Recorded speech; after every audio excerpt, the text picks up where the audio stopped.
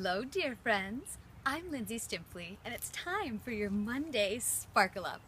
So, I'm delighted this week to be giving you a video on the theme of the month at Pure Yoga, which is Change with Grace.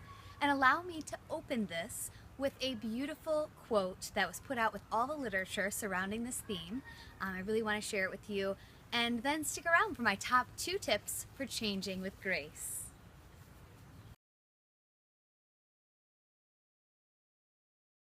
Okay, off we go. Tip number 1 is self-awareness or intuition. So this is something that we could always be building upon and sharpening in our life. And one of the ways you can really do this in a practical way is to dial into the feeling in your solar plexus.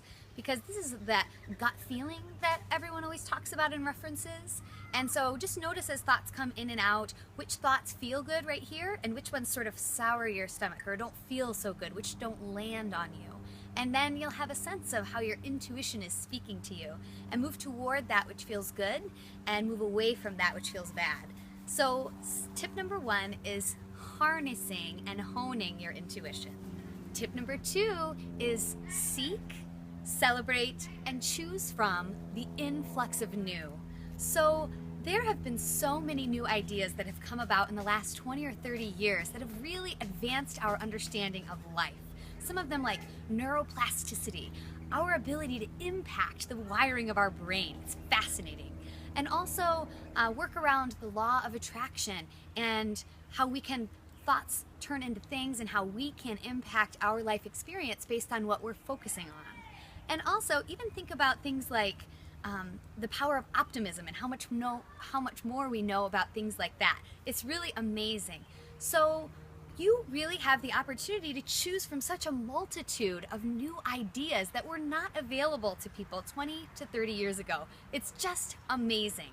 And what I love about this second tip is that you get to choose. So know that regardless of the source, you can always choose the best and leave the rest. So what I mean by that is we're all indoctrinated, so to speak, with beliefs from our childhood, from our upbringing, and some of those serve us tremendously well. But some of them are holding us back. They're keeping us from being our biggest, greatest self. So again, just choose the best and leave the rest. And at this point, I want to remind you that a belief is nothing more than a thought you've continued to think. A thought that has gained so much momentum that it's become a habit of thought. That's all it is. So how do we change a belief? We simply replace it with something else. So, for example, if you have believed up to this point that money is really hard to come by, that's okay, you can choose that belief, but you might choose one that's more empowering. Like, money's pretty easy to come by, and there are so many sources of money that are available to me. There are more ways than ever to make money. That's a much more empowering thought than money is hard to come by. Again, check in with your intuition, check with your solar plexus. What feels better, what feels resonant and relevant to you?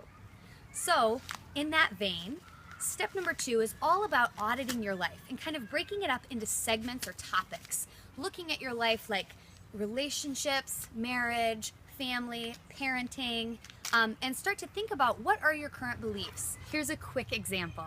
Cell phones. A lot of people think cell phones are terrible and they're making us bad people and bad humans, but I have chosen to think that cell phones are a remarkable way that we have advanced and evolved with the current technology. So it's like having a laptop in your pocket. You have the whole world at your fingertips, and that's amazing. And for me, that's a much more empowering belief to hold than that cell phones will be the ruin of modern society.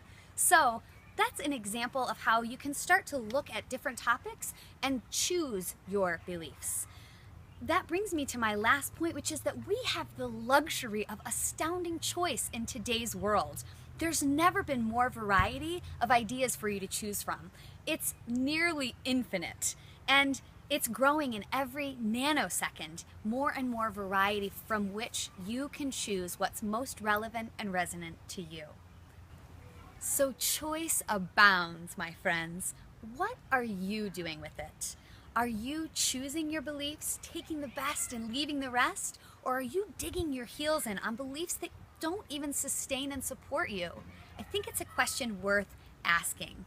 And so I hope you'll take some time this week to just think about your beliefs, maybe replace some old ones, and let me know how this goes for you. This is an adventure through your mind and through your belief systems. But when you start to be more intentional about your beliefs, I think you'll really like what happens in the rest of your life. But I want to hear all about it, so leave me a comment below, and I can't wait to see you next week. Thank you so much for watching.